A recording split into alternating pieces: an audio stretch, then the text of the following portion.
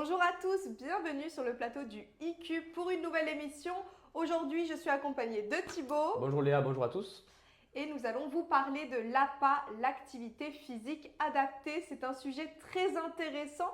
On va vous donner un maximum d'astuces, de conseils et des solutions bien entendu pour répondre à ces problématiques si jamais vous les rencontrez.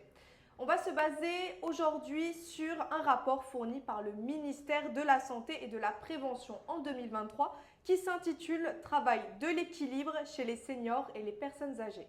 Alors il faut savoir que selon ce rapport, en 2030, un tiers de la population française sera âgée de plus de 60 ans et les plus de 65 ans seront alors plus nombreux que les moins de 15 ans. C'est dans ce contexte qu'a été lancé le plan national Bien vieillir. Celui-ci veut remettre au centre les habitudes de vie ayant un impact sur la perte d'autonomie en amenant des prises de conscience permettant de changer les comportements. Mais comment? Il faut savoir que ce livret de bonnes pratiques vise à anticiper les pertes d'équilibre liées à l'apparition des fragilités. Nous vous transmettons dans cette émission les conseils de ce livret, tout en vous conseillant vivement d'en prendre connaissance par la lecture pour accéder à l'ensemble des détails de l'ouvrage. Mais on se demande quel est concrètement l'objectif. Alors l'objectif ici, c'est de vous donner toutes les clés pour faire en sorte de maintenir les fonctions de la personne et pour qu'elle puisse vieillir en santé. De fait, l'anticipation de la chute est un enjeu majeur puisque celle-ci peut avoir des conséquences irréversibles sur cette personne, comme physiques, psychologiques, mais aussi sociales, et marquer une rupture dans sa vie. Les chutes sont un marqueur d'entrée en dépendance. Elles peuvent avoir des conséquences comme l'entrée en institution, la réduction des activités de la mobilité et la peur de la chute. Mais on se demande alors comment peut-on prévenir la chute?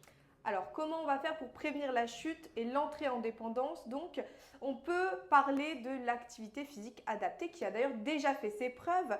Quel que soit l'état physique de la personne, on va pouvoir adapter l'activité pour la faire correspondre à ses capacités. Le renforcement musculaire peut réduire significativement le taux de chute chez les personnes âgées. On va donc parler de l'APA, l'activité physique adaptée. C'est bien cela, on va parler de l'activité physique adaptée qui a des bénéfices sur la condition physique de la personne, sur ses capacités fonctionnelles, sur aussi sa cognition et les risques de potentielles nouvelles chutes. Selon la Haute Autorité de Santé, l'APA améliore les capacités d'équilibre et de la marche, le maintien des activités de la vie quotidienne et l'autonomie de la personne. Alors Léa, est-ce que tu peux nous en dire davantage sur l'équilibre? Eh bien oui, et ce sera beaucoup plus simple grâce à un schéma que je vais vous présenter dès maintenant.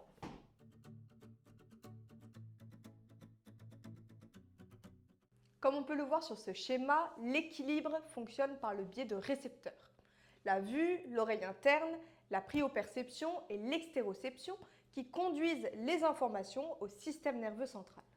Celui-ci traite les informations et adapte l'équilibre en actionnant notamment les muscles gravitationnaires. Cette action d'équilibration devient automatique et inconsciente. Le vieillissement naturel d'une personne peut entraîner des dysfonctionnements dans ce système d'équilibration. Ceux-ci n'apparaissent pas de la même manière, ni au même âge, ni chez tout le monde, et peuvent réduire la mobilité de la personne, lui faire perdre confiance et rendre difficiles ses déplacements. Les récepteurs sont directement impactés par la vieillesse.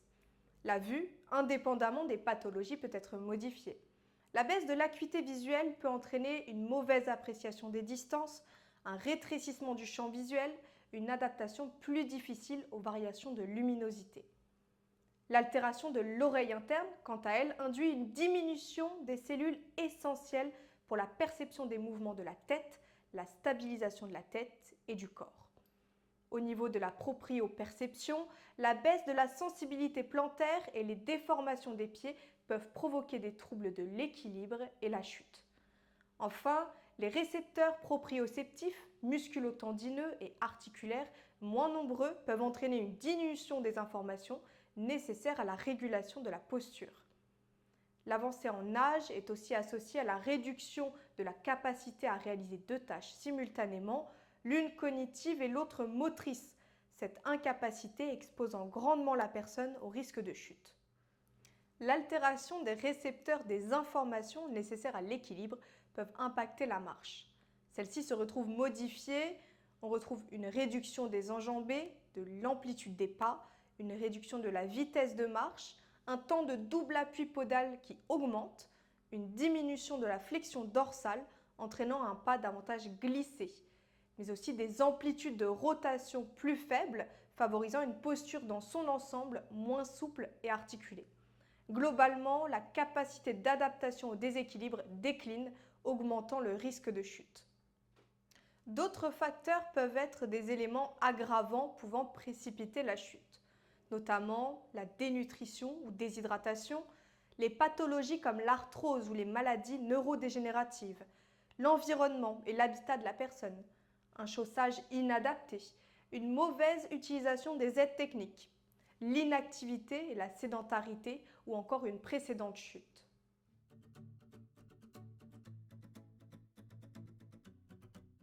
Pour activer la proprioperception, commencez par échauffer la plante des pieds avec un rouleau ou une balle à picot.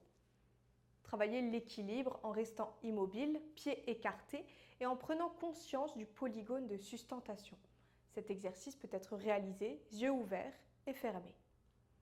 Travaillez le transfert d'appui en passant d'un pied sur l'autre, tenir le plus longtemps possible en appui unipodal, yeux ouverts puis fermés. Le travail unipodal assure une fluidité de la marche et une meilleure aisance aux descentes d'escalier ou de trottoir. On va ensuite travailler les déplacements. Marcher en déroulant bien le pas. Marcher en modifiant le polygone de sustentation, en écartant les jambes le plus possible. Aller jusqu'au pas du patineur. Marcher en suivant une ligne normalement, puis en talon-pointe, c'est-à-dire en marche tandem. On peut aussi alterner les yeux ouverts, puis fermés. On peut aussi travailler les appuis et la vitesse de réaction. Dans ce cas, la personne marche librement, puis à un signal donné, s'immobilise sur les deux pieds, puis sur un, les yeux ouverts, puis fermés en progression. On peut travailler les appuis sur les sols instables en plaçant des tapis mous, créer un parcours sur sol instable, en bois, en mousse, en polochon, pierre de rivière en alternant structures dures et molles. Cet exercice permet de stimuler les capteurs sensoriels de la plante des pieds. Il permet de s'adapter et réagir rapidement en présence d'un changement de texture du sol, passant du sable à la terre, au goudron, parfois causé aussi par les intempéries, la pluie ou encore le verglas. Pour travailler l'oreille interne, la personne peut s'exercer à partir d'une chaise en plaçant un cône au sol.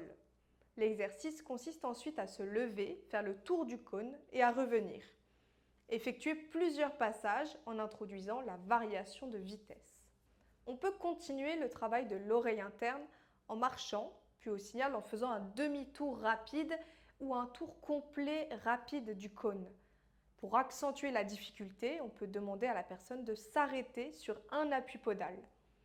Ce travail permet d'éviter l'étourdissement face à un changement brusque de posture volontaire.